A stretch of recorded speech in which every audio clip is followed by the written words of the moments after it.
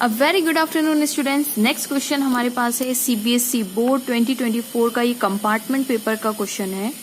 CBSE board का ही है, 2024 का है और कौन सा है, कंपार्टमेंट पेपर का है। ठीक है, तो क्या क्वेश्चन बोल रहा है हमसे, a current of 1 ampere flows through an inductor connected to a DC 200 volt DC source. When it is connected to 200 volt 50 hertz AC source, only 0.5 ampere current flows. Calculate the self inductance of the inductor. इस question के बारे में मैं एक और चीज बताना चाहूंगी। सीबीएसई बोर्ड में ही यहाँ तक का स्टेटमेंट पूरा था। उन्होंने एक ईयर में बोर्ड में ये पूछा हुआ है कि ऐसा क्यों हुआ कि जब करंट 1 एम्पियर फ्लो कर रहा है तब, करंट 1 एम्पियर फ्लो कर रहा था कब, जब 200 वोल्ट डीसी सोर्स था, और वही 200 वोल्ट एसी सोर्स जब 50 हर्ट्ज और एसी सोर्स लगा दिया गया तो करंट की वैल्यू 1 एम्पियर से 0.5 एम्पियर हो गई। तो इसका रीजन पूछा था उन्होंने। तो हम दो क्वेश्चन एक साथ यहाँ पे डिस्कस करेंगे। ठीक है, सबसे पहली बात स्टूडेंट्स देखिए, हमने मान लीजिए ये मैंने एक रेजिस्टर लगाया और एक छोटा सा ये मैंने इंडक्टर लगाया। ठीक है, अब उन्होंने बोला है कि इसको कनेक्ट किया गया है हमारी बैटरी से। डीसी सोर्स है ना, तो डीसी कितना है, 200 वोल्ट डीसी सोर्स, करेक्ट। अब जब इससे कनेक्ट किया गया तो इसका रेजिस्टेंस आर है और इसका रेजिस्टेंस लेट्स से एक्सएल है। Got the point. अब इसमें जो करंट फ्लो कर रहा है इस टाइम पे वो कर रहा है 1 एम्पियर। और सेम चीज जब हमने यहाँ मुझे पहले हम इसको सॉल्व करते हैं फिर हम इसको देखते हैं। ठीक है, और फिर मैं उसका भी आंसर देती हूँ कि ऐसा क्यों। ओके, तो अब ये सर्किट कैसा बिहेव करने लगे, ये ऐसा एलआर सर्किट जैसा बिहेव कर रहा है, LR circuit. Got the point. अब हम इसका सबसे पहले इंपीडेंस निकालते हैं, मतलब जेड की वैल्यू निकालते हैं। तो जेड क्या होगा, under root of R square plus XL square. ठीक है, अब what is XL square, R square plus XL की वैल्यू कितनी होती है, एक्सएल की वैल्यू होती है ओमेगा इंटू एल, तो ओमेगा एल का स्क्वायर। करेक्ट बात है। अब देखिए, जब डीसी सोर्स है, डीसी सोर्स है, जब सोर्स कौन सा है, डीसी है, तो डीसी में ओमेगा की वैल्यू कितनी होगी, 0, क्योंकि डीसी तो स्ट्रेट करंट होता है, उसमें कोई फ्रीक्वेंसी थोड़ी ना होती है। तो फ्रीक्वेंसी क्या होगी डीसी की, 0, मतलब ओमेगा की वैल्यू 0। तो ओमेगा की एक्सएल किसके बराबर है, XL is equal to omega L. अगर ओमेगा की वैल्यू 0 तो एक्सएल की भी वैल्यू कितनी होगी, 0, मतलब ये पूरा के पूरा क्या हो जाएगा, 0। तो एक्स जेड किसके बराबर आ जाएगा, under root of R square, यानी आर के बराबर। इसका मतलब ये सर्किट किस तरीके से बिहेव करेगा, मैं इसका यहाँ पे रिजल्टेंट सर्किट बना, एज इफ कि ये है ही नहीं, ये एज अ वायर की तरह बिहेव करेगा। एज इफ ये वाला सर्किट कैसा बिहेव करेगा कि खाली यहाँ पे कौन है, खाली रेजिस्टेंस, और ये एज अ इंडक्टर है ही नहीं आपके पास, खाली एक वायर है, खाली एक वायर है, एक वायर की तरह बिहेव करेगा। यानी जिसके अबाउट ऐसा ये अपना कितना वोल्ट लगा हुआ है, 200 वोल्ट लगा हुआ है, और ये उसका रेजिस्टेंस आर है और करंट कितना है, 1 एम्पियर है। ठीक है, तो हम रेजिस्टेंस की मतलब ये ऐसा तरीके से बिहेव करेगा। तो एक्सएल की वैल्यू 0 हो गई, तो एक्सएल एज अ सिंगल तार की तरह बिहेव करेगा। Got the point. अब देखिए, हम आर की वैल्यू भी निकाल सकते हैं। हम जानते हैं कि वी कितना होता है, आई इंटू आर होता है, करेक्ट।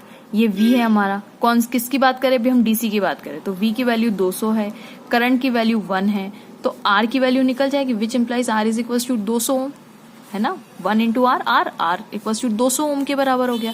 तो ये हमारा रेजिस्टेंस हो गया, यानी इसमें रेजिस्टेंस की वैल्यू कितनी आ गई, 200 ओम की रेजिस्टेंस की वैल्यू आ गई। Got the point. अब आप देखिए, when it is connected to AC source, अब इसी डायग्राम को अब हम एसी के लिए सॉल्व करते हैं। एसी के लिए, तो एसी के लिए देखिए, ये हमारा रेजिस्टेंस, ये हमारा इंडक्टर, ये आर, ये एक्सएल, और यहाँ पे अब आपने लगा दिया है एसी सोर्स, कितने हर्ट्ज का, 200 हर्ट्ज का, राइट, हाँ 200 वोल्ट, 200 वोल्ट और 50 हर्ट्ज, 50 हर्ट्ज फ्रीक्वेंसी अप्लाई की, 50 हर्ट्ज है, हाँ रेडियन पर सेकंड नहीं, 50 हर्ट्ज है।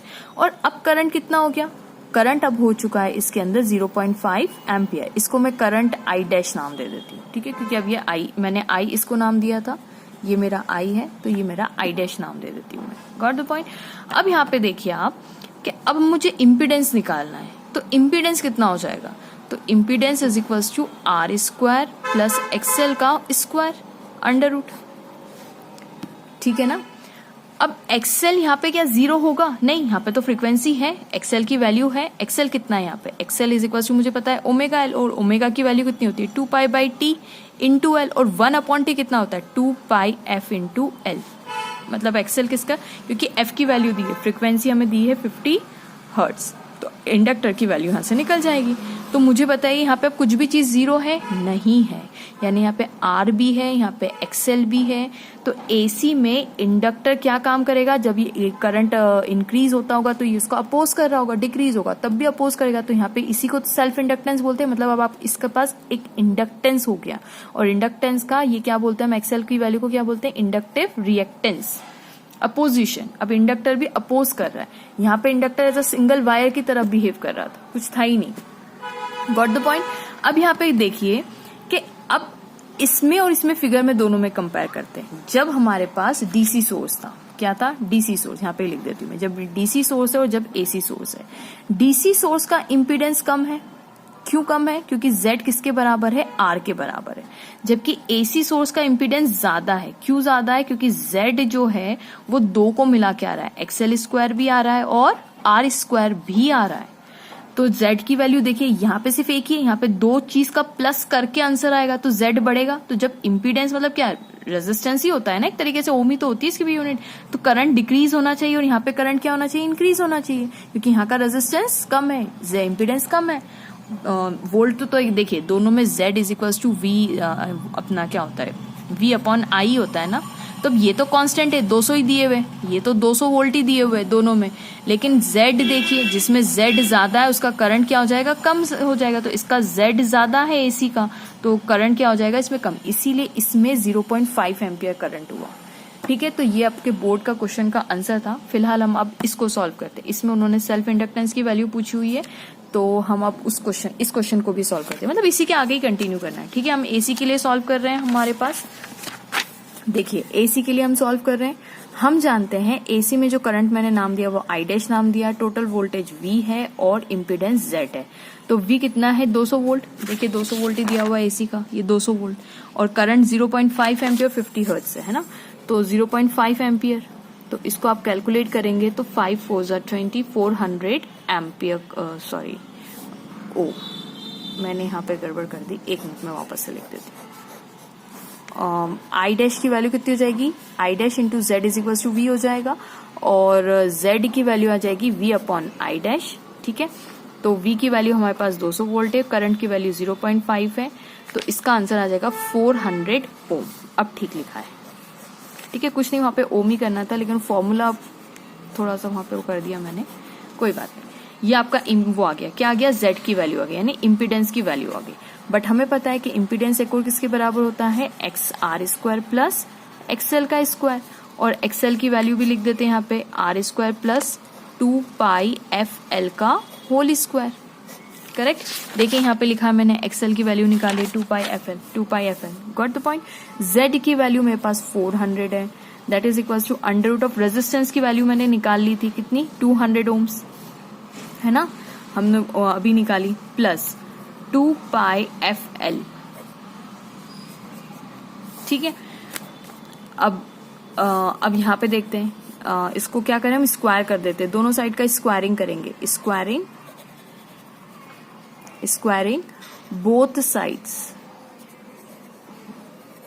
अगर स्क्वायरिंग करेंगे दोनों साइड तो 400 का स्क्वायर आ जाएगा, विच इज इक्वल टू 200 का स्क्वायर प्लस 2 पाई FL का स्क्वायर। इसका करेंगे तो ये कितना आ जाएगा, 16 1 2 3 4 इज इक्वल टू 2 2 4 1 2 3 4 प्लस 2 पाई FL का होल स्क्वायर। करेक्ट, अब इसको यहाँ पे लाके आप माइनस करेंगे तो 1 2 3 4 1 2 3 4 is equal to 2 pi FL का होल स्क्वायर। इसको मैं ऐसा लिख सकती हूँ 12 into 10 to the power 4 which is equal to 2 pi FL का स्क्वायर। अच्छा, यहाँ से स्क्वायर हटाएंगे तो यहाँ लगा देंगे, तो under root of 12 into 10 to the power 4 को मैं ऐसा लिख देती हूँ 10 to the power 2 into 10 to the power 2, इस 4 को है ना, इस 4 को ऐसा लिख दिया मैंने, तो 2 पाई FL। अब इसका करेंगे तो ये तो हो जाएगा अंडर रूट ऑफ 12 इंटू एक स्क्वायर रूट से एक कैंसिल हो जाएगा, तो कितना बचेगा हमारे पास 10 to the power 2 which is equal to 2 pi FL है ना। तो अंडर रूट ऑफ 12 इंटू 100, ये 10 टू द पावर 2 को लिखा, divided by 2 pi into F की वैल्यू 50 हर्ट्ज क्वेश्चन में दी हुई है, दैट इज इंडक्टर है ना। ये गया 5 1 5 5 2 10 और ये वाले 2 से ये वाले 2 से ये वाला 2 भी गया, तो हमारे पास आंसर कितना आया, √12/पाई हेनरी। ये इंडक्टर की वैल्यू है। आप चाहे तो यहीं पे आंसर छोड़ सकते हैं। अब मैंने कैलकुलेट कर लिया है, इसको आप कैलकुलेट करेंगे तो यू विल गेट 1.1022 हेनरी। ठीक है, आप आंसर यहीं छोड़ सकते हैं। सो स्टूडेंट्स, होप आपको वीडियो समझ में आया होगा, पसंद आएगा। Please don't forget to like, subscribe and share my channel. Thank you so much for watching.